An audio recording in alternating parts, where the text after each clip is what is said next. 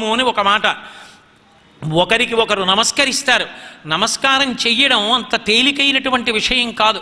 నమస్కారం చెయ్యడానికి మొట్టమొదట ఏది ఉండాలి అంటే వినయం ఉండాలి.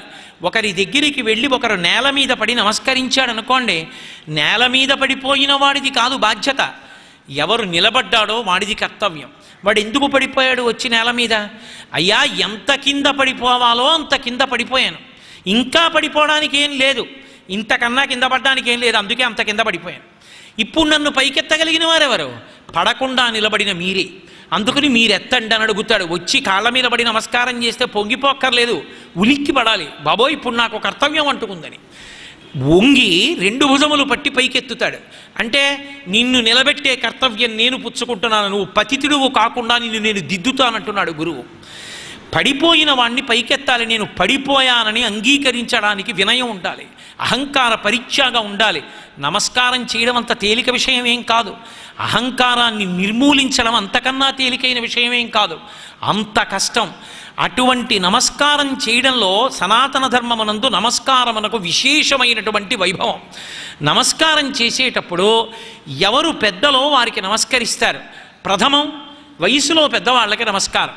వయసులో పెద్దవాళ్ళు కూడా ఎవరికి నమస్కరిస్తారు? జ్ఞానమునందు పెద్దవారికి నమస్కారం చేస్తారు. జ్ఞానమునందు పెద్దవాడైన వాడు ఎవరున్నాడో వాడికి పెద్దవాళ్ళు కూడా నమస్కారం చేయొచ్చు. సన్యాసాశ్రమం దగ్గరికి వచ్చేటప్పటికి గృహస్థాశ్రమంలో ఉన్నవాళ్ళు, బ్రహ్మచారులు, వానప్రస్థులు అందరూ సన్యాసికి నమస్కరిస్తారు. సన్యాసులందరూ ఒక చోట చేరితే సన్యాసులలో చాతుర్మాస్య దీక్షలు ఎక్కువ చేసిన వారు ఎవరున్నారో వారు మిగిలిన వారందరి చేత నమస్కరింపబడాలి తప్ప ఎక్కువ చాతుర్మాస్యాలు చేసిన వాళ్ళు తక్కువ చాతుర్మాస్యం చేసిన వాళ్ళకి నమస్కారం చేయరు. అది సంప్రదాయం. అందుకే కంచికామకోటి పీఠాధిపత్యం వహించిన మహాపురుషులు చంద్రశేఖరేంద్ర సరస్వతి మహాస్వామి వారు శరీరంతో ఉన్న రోజులలో ఆయన నమస్కరించవలసిన వ్యక్తి ఈ లోకంలో లేడు. ఎందుచేత అంటే 13వ ఏట సన్యసించారు, 100 ఏళ్ళు జీవించారు, 83 చాతుర్మాస్యములు చేశారు. 83 చాతుర్మాస్యములు ఆయనతో సమానంగా చేసిన వారు లేరు. ఆయన నమస్కరించడానికి వ్యక్తి లేడు, అది అపూర్వం. అటువంటి మహాస్వామి ఒక మాట అన్నారు, నేను కలియుగంలో పుట్టినందుకు సంతోషిస్తున్నాను, త్రేతాయుగంలో పుట్టనందుకు ఆనందపడుతున్నానన్నారు. ఎందుకని అడిగారు? త్రేతాయుగంలో పుట్టి ఉంటే ధర్మాత్ముడు కనుక రామచంద్రమూర్తి సన్యాసాశ్రమంలో నేనున్నాను కాబట్టి నాకు ఆయనే నమస్కరించేవాడు. కలియుగం కాబట్టి రాముడికి నేను నమస్కరిస్తున్నాను, లేకపోతే సుగుణాభిరాముడు రాముడికి నమస్కరించే అవకాశం నాకు లేకుండా పోయేదన్నారు. అంతటి వినయశీలి మహానుభావుడు. ఎక్కడ జ్ఞానం ఉంటుందో అక్కడ వినయం ఉంటుంది. వినయం లేని విద్య పనికిరాందది గుడ్డి విద్య. కాబట్టి అటువంటి సన్యాసులలో చాతుర్మాస్యం ఎక్కువ చేసిన వారికి మిగిలిన వారు నమస్కారం చేస్తారు. ఇటువంటి నమస్కార వైభవం కలిగినటువంటి సనాతన ధర్మంలో కంచికామకోటి పీఠం వంటి పీఠాలలో కూడా ఇప్పటికీ ఒక నియమం ఉంది. ఒకసారి పిల్లవాడు మఠాధిపత్యంలోకి వచ్చాడనుకోండి, 13 ఏళ్ల వయస్సులో తన ప్రమేయం లేకుండా చంద్రశేఖరేంద్ర సరస్వతి మహాస్వామి పీఠాధిపత్యం వహించారు. ఒకసారి పీఠాధిపత్యం తీసుకుంటే తండ్రి గారు వరుసలో వస్తున్నారనుకోండి, ప్రత్యేకత ఏమి ఉండదు. తండ్రి కూడా వచ్చి పీఠాధిపతుల పాదములకు నమస్కారం చేసి వెళ్ళాలి, కడుపున పుట్టిన కొడుకైనా సరే. కానీ తల్లిగారు వరుస క్రమంలో వస్తున్నారనుకోండి, వెంటనే పీఠాధిపతి అయినా కూడా లేచి నిలబడి అమ్మగారికే నమస్కారం చేయాలి. పీఠాధిపత్యం వహించిన వ్యక్తి అయినా అమ్మకే నమస్కారం చెయ్యవలసిందే. పితృరుణము మాతృరుణము అని 2 ఉంటాయి. ఇందులో పితృరుణం తీర్చుకోవచ్చు. ఏ కారణం చేతనైనా నా తండ్రి ఎక్కువ కాలం నేను ఆయనతో కలిసి లేను, ఎందుకు లేను అంటే నాకు ఏ 4 ఏళ్లప్పుడో ఏ 5 ఏళ్లప్పుడో మా తండ్రి గారు వెళ్ళిపోయారనుకోండి, వారిని నేను సేవించలేదు, వారి కాళ్ళు పట్టలేదు, వారి దగ్గర కూర్చుని ఉపదేశం పొందలేదు, వారి దగ్గర శాస్త్రాధ్యయనం చేయలేదు, వారికి ఒక్కనాడు విషినికర్ర పెట్టి విసరలేదు, వారికి ఒక్క పంచెల చాప ఇవ్వలేదు, వారి పక్కన కూర్చోలేదు. అటువంటి దురదృష్టం పోగొట్టుకుని పితృరుణం తీర్చుకోవాలి అంటే సౌత్రావణి అని ఒక మహాయాగం చేస్తే పితృరుణం తీరిపోతుందండి శాస్త్రం. మాతృరుణం తీరడానికి యాగం లేదు, యజ్ఞం లేదు. అమ్మ రుణం తీర్చుకోవడం అన్న మాట లేదు శాస్త్రం. అందుకే అమ్మ కనపడితే పీఠాధిపతులు కూడా లేచి నమస్కారం చేయవలసిందే. శంకర భగవత్పాదులంతటి వారు ఈ ధర్మాన్ని పాటించారు. శంకరాచార్యుల వారు అకస్మాత్తుగా సన్యాసం తీసుకుని ఒడ్డెక్కేస్తే తల్లి అడిగింది, ధార్మికమైన ప్రశ్న అడిగింది. 2 కొడుకులుంటే ఒకడు సన్యసిస్తే రెండో వాడు అంత్యేష్టి చేస్తాడు, ఒక్క కొడుకువి నువ్వు వెళ్ళిపోతున్నావు, నాకెవరు చేస్తారు అంత్యేష్టి సంస్కారం నా శరీరం పడిపోయినప్పుడు? పరమధార్మికమైన ప్రశ్న. ఒక్క కొడుకు, తప్పుకోవడానికి వీల్లేదు. అందుకే శంకరాచార్యులు వారు అన్నారు అది అవతారం, అలాగనే ఆగడానికి లేదు, లోకంలో ధర్మ సందేశం ఇవ్వాలి. అందుకే అమ్మా నీ శరీరము నుండి ప్రాణములు ఉత్క్రమణమవుతున్నప్పుడు ఎక్కడ ఉన్నా నన్ను తలుచుకో, నేను వస్తానమ్మా, అంత్యేష్టి చేస్తానన్నారు. అమ్మ తలుచుకుందంతే యోగ మార్గంలో వచ్చి సాక్షాత్ కైలాస శంకరుడు కాలడి శంకరుడిగా వచ్చాడు. అమ్మని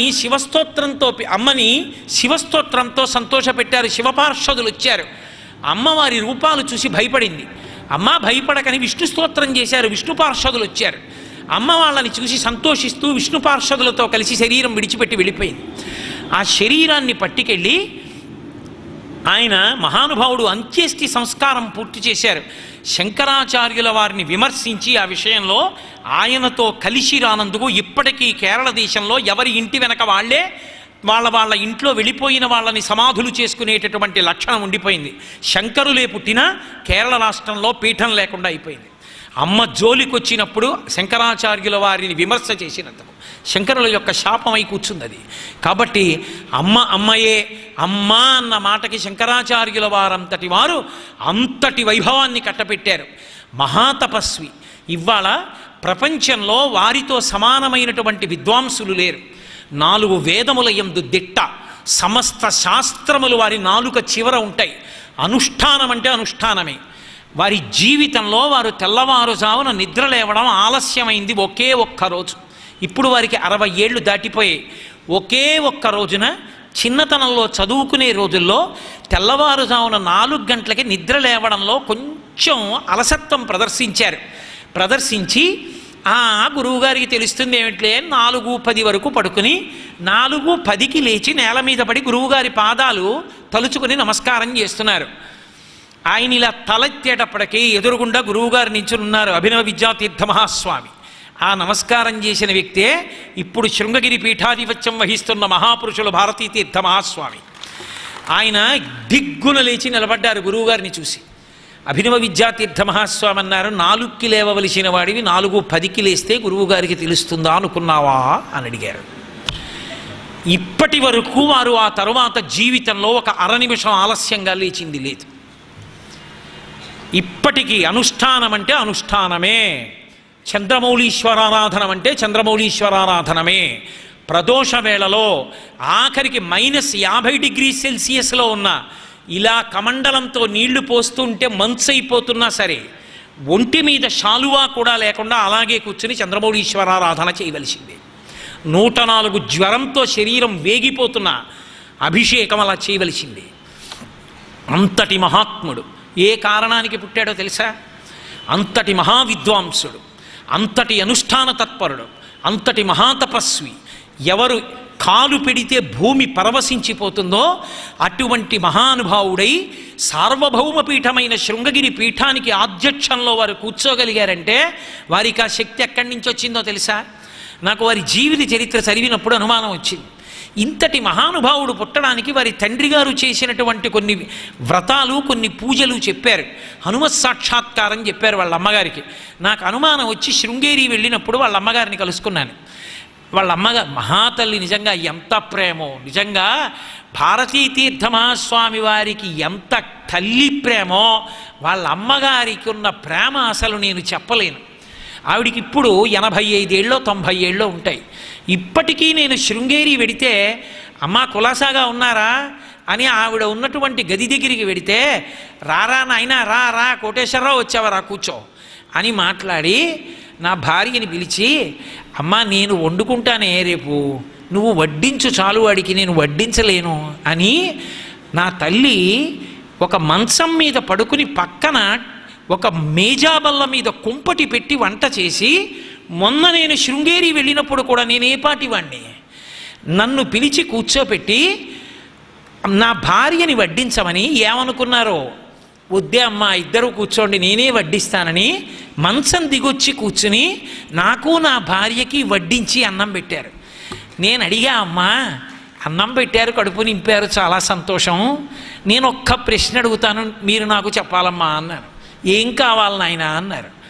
అమ్మా సార్వభౌమ పీఠం కదమ్మా శృంగేరి పీఠం, శంకరాచార్యుల వారి అనుగ్రహం ఉంటే కానీ ఆ పీఠంలో కూర్చోలేరు కదా, ఎంతటి మహానుభావుడు కాకపోతే మీ కడుపున పుట్టారమ్మా.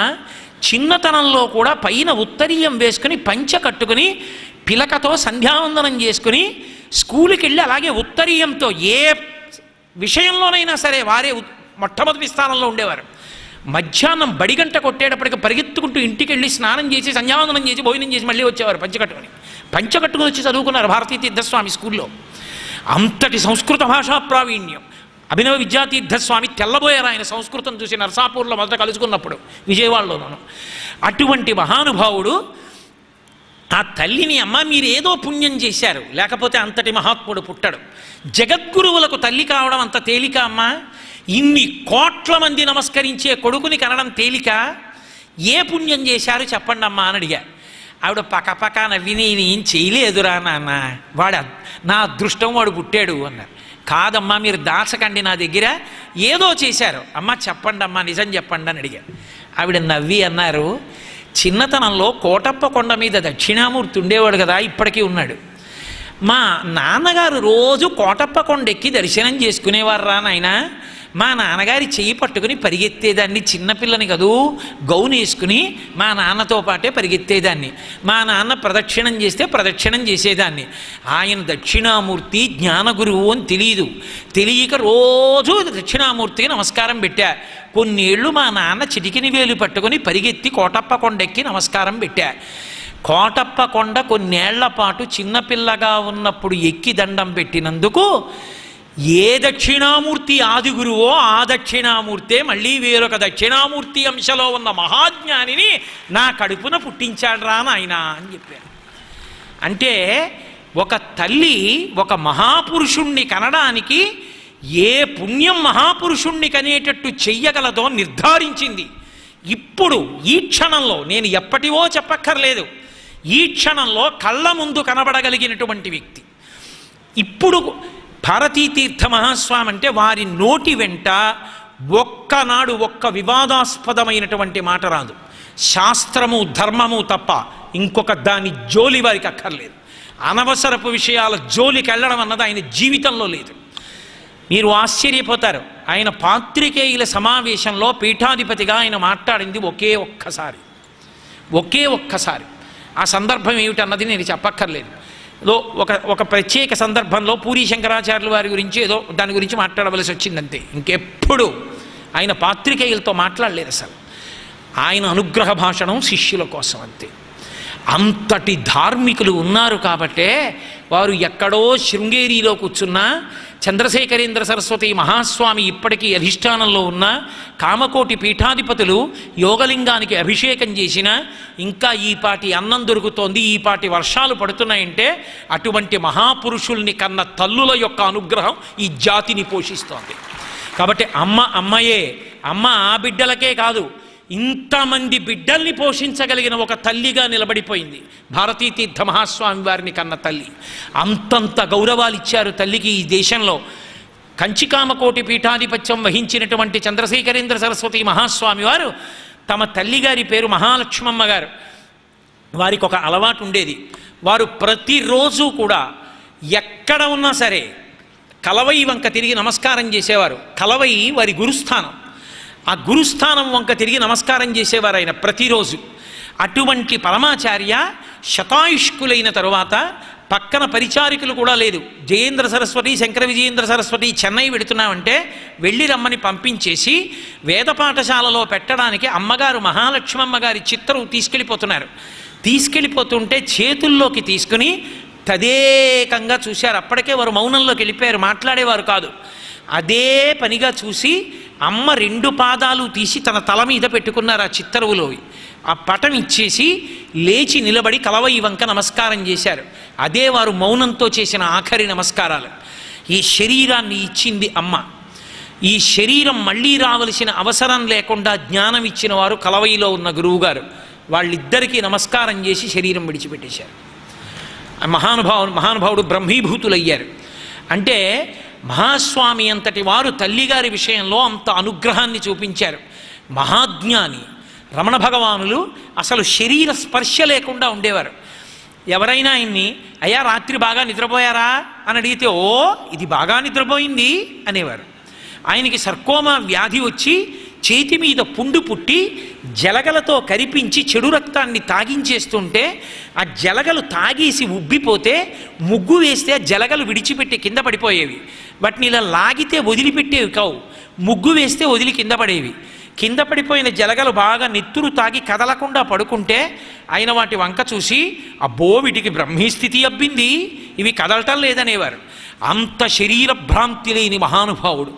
అటువంటి రమణులు చిట్ట చివర వారి తల్లిగారు అళగమ్మ గారు ఒక కోరిక కోరారు. కూతురుంది. ఆ కూతురు, అమ్మా నీకు వయసు అయిపోయిందమ్మా, పెద్దదానివి అయిపోయావు, ఇక్కడ ఆయన విరూపాక్ష గుహలో ఉంటాడు ఆ తమ్ముడు, ఇక్కడ ఎలా ఉంటావమ్మా నువ్వు, ఉండలేవు, నా మాట విను, మా ఇంటికి వచ్చేయమ్మా అని అడిగింది.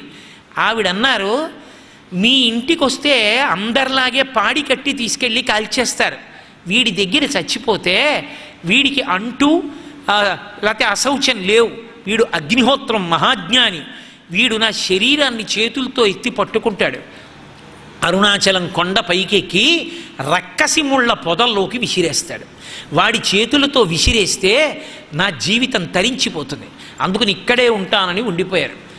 ఆఖరణ వాళ్ళ అమ్మగారు శరీరం విడిచిపెట్టేసే రోజు వచ్చేసింది. స్కందాశ్రమంలో ఉన్నారు కొండ మీద రమణులు. అమ్మగారిని పడుకోబెట్టారు. పడుకోబెట్టి అమ్మగారి గుండెల మీద చెయ్యి వేసి పొద్దున్న కూర్చున్నవారు రాత్రి వరకు అలాగే కూర్చున్నారు. అమ్మ శరీరంలో ఉన్నటువంటి సూక్ష్మ శరీరంతో కొన్ని వేల జన్మలలో ఆవిడ అనుభవించవలసినటువంటి కర్మని స్వప్నంలో అనుభవించినంత తేలికగా అనుభవింపచేసేసి ఇక అనుభవించడానికి పాపం పుణ్యం లేకుండా చేసి అమ్మకి మోక్షం ఇచ్చారు. మోక్షం ఇచ్చి అమ్మ మోక్షాన్ని పొందిందని అమ్మ శరీరాన్ని పట్టుకుని అరుణాచలం నుంచి కిందకి దిగి ఆ అరుణాచలం కొండ పాదాలలో ఆవిడ్ని భూస్థాపితం చేశారు. భూస్థాపితం చేసి ఎప్పుడూ కొండ కిందకి రాని రమణులు అప్పటి నుంచి ఎప్పుడూ వచ్చి అక్కడే కూర్చునేవారు.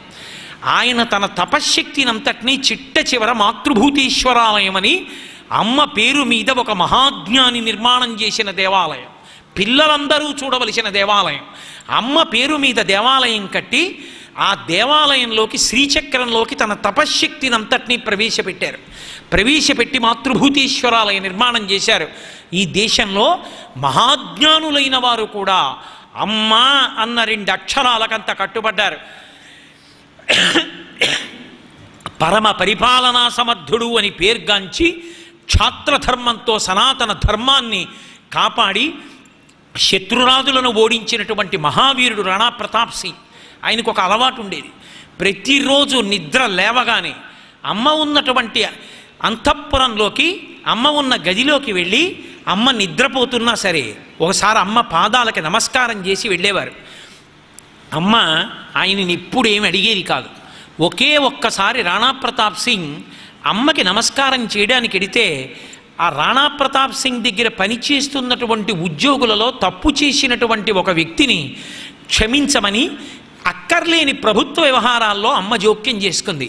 రాణా ప్రతాప్ సింగ్ అమ్మకి నమస్కారం చేయడానికి వెళ్ళడం ఆపేశాడు, వెళ్ళేవాడు కాదు. తన అంతఃపురంలోనే రోజు అమ్మని మానసికంగా తలుచుకుని నమస్కారం చేశాడు.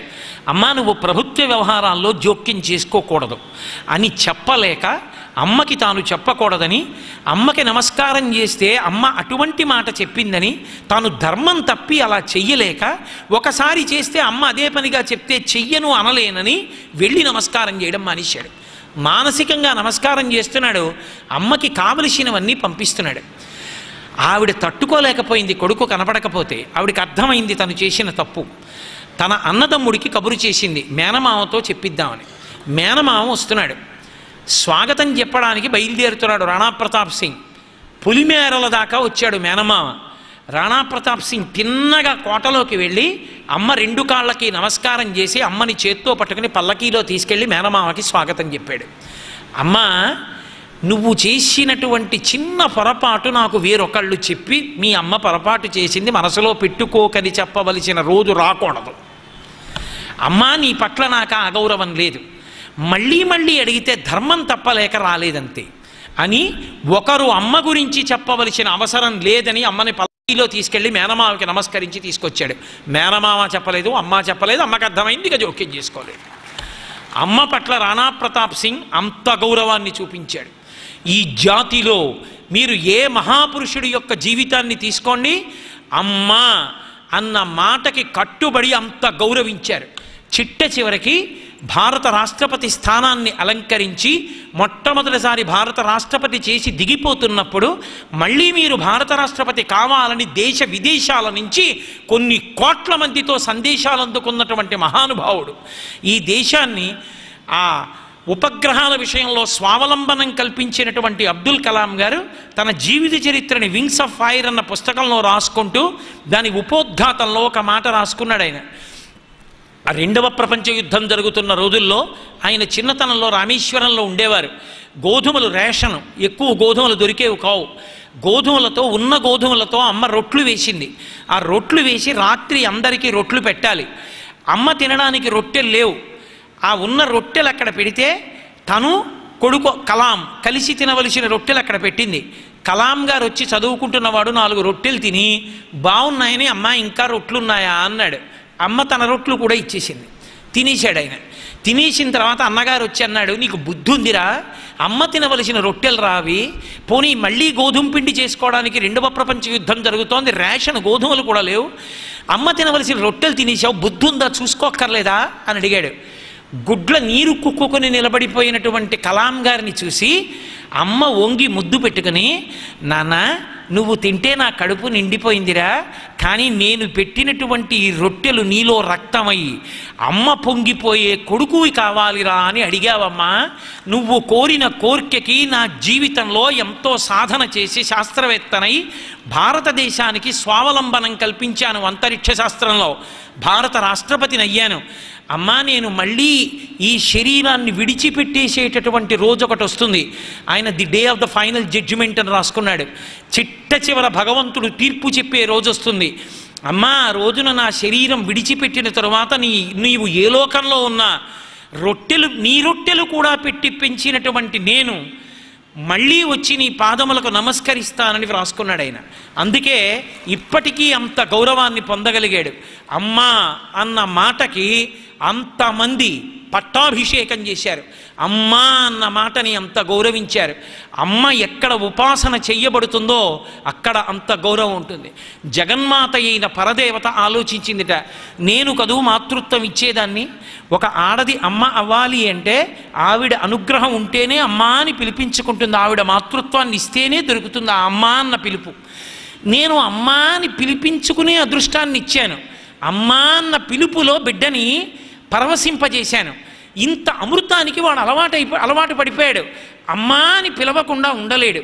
అమ్మా అని పిలవకుండా ఉండలేని తనాన్ని పొందినటువంటి పిల్లవాడికి ఎప్పుడో అప్పుడు నేను అమ్మని తీసేయాలి. ఎందుకని అంటే జాతస్య హిద్రువో మృత్యు, అమ్మ వెళ్ళిపోవాలి తప్పదు. అమ్మ ముందు కొడుకు వెళ్ళకూడదు. కొడుకు కన్నా ముందు అమ్మ వెళ్ళిపోవాలి. అమ్మకి అంత్యేష్టి కొడుకు చెయ్యాలి. మరి అమ్మని తీసేస్తే వాడు నా దగ్గరికి వచ్చి నిలబడి అమ్మా మా అమ్మని తీసేసావా అని అడిగితే నేనేం జవాబు చెప్పాలి అని జగన్మాత అంతటిది కుపితురాలైపోయింది. ఎలా వాడికి అమ్మని తీసేయడం అని. అమ్మని తీసే ముందు ఆవిడ ఎంతమంది అమ్మల్ని ఇచ్చిందో తెలుసా? ఒరే ప్రతి చోట దేవాలయాల్లో నేనే ఉంటాను, నాలో మీ అమ్మ చేరి ఉంటుంది. జగన్మాతగా నేను ఉంటాను, భూమాతగా ఉంటాను, ఎప్పుడూ నీకు దగ్గరగా నీ కాళ్ళ కింద నేనే ఉంటాను. భూమాతగా ఇంకో అమ్మ రూపాన్ని పొందుతాను. గోమాతగా ప్రతి చోట కనపడుతుంటాను.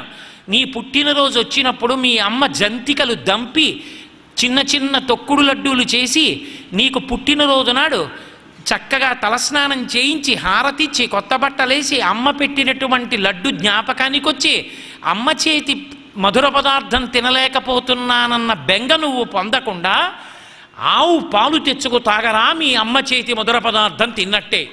మీ అమ్మకి పెట్టలేకపోతున్నానన్న బెంగ పెట్టుకోక్కర్లేదు. ఆనాడు మీ అమ్మకి నువ్వు పక్కన కూర్చుని అరటిపండు తొక్క ఒలిచి అమ్మ తినని ముక్కలు విరిచి చేతిలో పెట్టినట్టు ఒక ఆవు దగ్గరికి వెళ్ళి పెట్టు, మీ అమ్మ తిన్నట్టే అని గోమాత రూపంలో ఈ లోకంలో తిరుగుతోంది. ఒక్క అమ్మని తీయడానికి జగన్మాత తాను జగన్మాతగా దేవాలయంలో, భూమాతగా ఇక్కడ, దేశమాతగా, గోమాతగా 4 మాతృస్వరూపాల్ని పొంది బాగా దగ్గరగా ఎప్పుడు పలవరిస్తే అప్పుడు పలకడానికి వీలుగా వచ్చి ఒక్క అమ్మని తీసుకెళ్ళవలసి వచ్చింది. అమ్మ అన్న మాటకి దూరం చేయడానికి భగవతి అంతటిది అంత జాగ్రత్త పడింది. అమ్మ అన్న మాట అంత గొప్పది. అమ్మ సాక్షాత్ పరబ్రహ్మస్వరూపిణి. అమ్మ ఆశీర్వచనాన్ని మించిన ఆశీర్వచనం లోకంలో ఉండదు. తెలిసి చేయనివ్వండి, తెలియక చేయనివ్వండి, అమ్మ నోటి వెంట ఏ మాట వచ్చిందో ఆ మాటయే సత్యమవుతుంది. ఒక పిల్లవాడి జీవితం అంతా దేని మీద ఆధారపడుతుంది అంటే అమ్మ చేసేటటువంటి ఆశీర్వచనం మీద ఆధారపడుతుంది. అందుకే అమ్మ ఆగ్రహించి నిందించేటటువంటి రోజు తెచ్చుకోకూడదు. మాతా నిందతి, ఎప్పుడు ఏది చెయ్యాలో అది చెయ్యని వాడిని చూసి అమ్మ ఆగ్రహిస్తుంది. తండ్రికి ఆసరా కావలసిన పిల్లవాడు చదువుకుని 4 రాళ్ళు సంపాదించకపోతే పెద్దవాడైనా కొడుకుని పోషిస్తున్న తండ్రిని చూసి అమ్మ కోప్పడుతుందిట. అందుకని కొడుకు ప్రయోజకుడు కావాలి, అమ్మని సంతోషపెట్టాలి. అమ్మలాంటి వ్యక్తి ఇక జీవితంలో దొరికేటటువంటి వస్తువు కాదు. అమ్మని పొంది ఉన్నవాడి అంతటి అదృష్టవంతుడు, ఐశ్వర్యవంతుడు ఇహమునకు పరమునకు కూడా ఇతరులు ఉండరు. ఎందుకో తెలుసా? ఇక్కడ అమ్మ ఉంది, వాడికి ఓదార్పు. అమ్మ ఇలా చేత్తో ముట్టుకుంటుంది. అమ్మ ఉంది, నీకు జ్వరం వచ్చింది, అమ్మ బొటనవేలుతో రాసి చంద్రశేఖర చంద్రశేఖర చంద్రశేఖర పాహిమాం, చంద్రశేఖర చంద్రశేఖర చంద్రశేఖర రక్షమాం అని బొటనవేలుతో అమ్మ ఇలా విభూతి పెడితే పరదేవత వచ్చి పెట్టినట్టే. అమ్మకి నమస్కారం పెట్టావు, ఎంత పుణ్యాన్ని మూటగట్టుకున్నావు. అమ్మకి ప్రదక్షిణం చేశావు, ఎంత పుణ్యాన్ని మూటగట్టుకున్నావు. అమ్మలాంటి వ్యక్తి ఉండదు. అందుకే అమ్మని నింద చెయ్యవద్దు. తెలిసి కానీ తెలియక కానీ పొరపాటున కూడా అమ్మ గురించి ఏ పొరపాటు మాట అనవద్దు. శ్రీరామాయణంలో అరణ్యకాండలో రామచంద్రమూర్తి హేమంత ఋతువులో చలి గడగడగడగడలాడిపోతుంటే ధర్మం అంటే ధర్మమే. బ్రహ్మముహూర్తంలో లేచి మహానుభావుడు స్నానానికి వెళ్ళాడు. స్నానానికి వెడితే నీళ్లు ఎంత చల్లగా ఉన్నాయో చెప్పడానికి వాల్మీకి మహర్షి చమత్కారం చేశారు. ఏనుగొచ్చి నీళ్లలో తొండం పెట్టింది, కానీ జర్రుని నీళ్లు పీల్చడానికి భయం వేసి తొండం తీసేస్తోంది. జలపక్షులు క్రౌంచముల వంటివి అక్కడ ఉన్నాయి, కానీ అవి నీళ్లలోకి వెళ్ళడానికి బెంగ పెట్టుకుని ఒడ్డున కూర్చున్నాయి. రాముడు స్నానం చేస్తున్నాడు అంటే ఆయన ధర్మం అటువంటిది. స్నానం చేస్తుంటే లక్ష్మణస్వామి పక్కన నిలబడి అన్నయ్య అన్నయ్య ఇదే సమయానికి బహుశः సరయూ నదిలో భరతుడు కూడా స్నానం చేస్తూ ఉంటాడన్నయ్య అని చెప్తున్నాడు. చెప్తూ ఒక మాట అన్నాడు. అన్నయ్య, ఆ కైకేయి ఉందే, ఆ భరతుణ్ణి కన్న తల్లి అంత గొప్ప కొడుకుని కంది, అంతటి ధర్మాత్ముడు, అన్న పట్ల అంత గౌరవం ఉన్నవాడు, ఇంత మంచి కొడుకు అంత పాపిష్ట, ఆ కైకమ్మకి ఎలా పుట్టాడన్నయ్య అన్నాడు. దిగ్గున తల తిప్పి రామచంద్రమూర్తి అన్నాడు, నతేంబా మధ్యమామాత. లక్ష్మణ, జాగ్రత్తగా విను. ప్రాతకాలం స్నానం చేస్తున్నాం, పొరపాటున కూడా అమ్మ యొక్క నిందావాక్యము నోటి వెంట రాకుండుగాక. ఆ మాట నోటి వెంట అనద్దు. కథంచన, పొరపాటున కూడా అనకూడదు. అమ్మని నింద చేసి మాట్లాడవద్దు. మీ అమ్మ ననలేదు కదా అంటావేమో. నతేంబా మధ్యమామాత, మధ్యలో ఉన్న కైకన్మని గురించి కూడా తప్పుగా మాట్లాడకు. ఆమె కూడా మనకు అమ్మయే. తన అమ్మని కాదు, పినతల్లిని ఒక మాట అనడానికి రాముడు ఒప్పుకోలేదు. అది మర్యాద అంటే. అందుకని మర్యాదానాంచలోకస్య కర్తా కారయితాచ సహా. కాబట్టి గర్హితాచ కదంచన, కించిత్తు కూడా నువ్వు అటువంటి మాటలు మాట్లాడద్దు. నువ్వేమైనా మాట్లాడాలనుకుంటున్నావా? ఒక పని చెయ్యి, భరతుడి గురించి చెప్పు, భరతుడి ధర్మం గురించి చెప్పు, సంతోషపడిపోతాను తమ్ముడి గురించి విని. అమ్మ గురించి తప్పు మాట్లాడవద్దు లక్ష్మణ. వెంటనే ఇంకెప్పుడు భరతుడిని తక్కువ చేసి మాట్లాడలేదు లక్ష్మణస్వామి. అంటే పుణ్యం ఎంత ఇవ్వగలదో అటువంటి అమ్మ పట్ల కోపాన్ని పెంచుకోవడం, అమ్మని అనరాని మాట అనడం అంత పాపహేతు. ప్రపంచంలో దుర్మార్గమైనది ఏది అంటే కోపం. ఎంత సత్పురుషుడు కానివ్వండి, కోపానికి వశపడితే మాత్రం పతనం అవుతాడు. లోపల ఉన్న అమృతం పొంగిపోయి చిలికితే కోపంగా వచ్చేది ఒక్క అమ్మకి నాన్నకి మాత్రమే వస్తుంది. అమ్మా నాన్నల యొక్క కోపం అమృతం పొంగిన చిలకరింత. అది అక్కసుతో, కార్పణ్యంతో రాదు. అందుకే తల్లిదండ్రులు కోపంతో మాట్లాడినప్పుడు అర్థం చేసుకోలేని కొడుకు కూతురు ఘాతకులు. వాళ్ళ జన్మకి ప్రయోజనం లేదు. తండ్రి కోప్పడ్డాడు అంటే ఆ కోపం వెనక ఉన్న ఆర్తిని అర్థం చేసుకోవాలి. తండ్రి కోప్పడితే తన కోసం కోప్పడ్డావు, బిడ్డ వృద్ధిలోకి రావాలని కోప్పడతాడు. ఈ విద్యార్థులు వ్యాసరచన వ్రాసిన పిల్లల్లో ఒక పిల్ల వ్రాసింది, మా నాన్నగారు కొట్టడంలో, మా నాన్నగారు తిట్టడంలో నా అభ్యున్నతి ఉంది. మా నాన్నగారిని మొదట అర్థం చేసుకోలేకపోయేదాన్ని, తర్వాత అర్థమైంది మా నాన్నగారు ఎంతటి అమృత భాండవం అని రాసింది. అందుకే ఈ లోకంలో కోప్పడినా కూడా ప్రసాదంగా తీసుకోవలసింది ఎవరి విషయంలో అంటే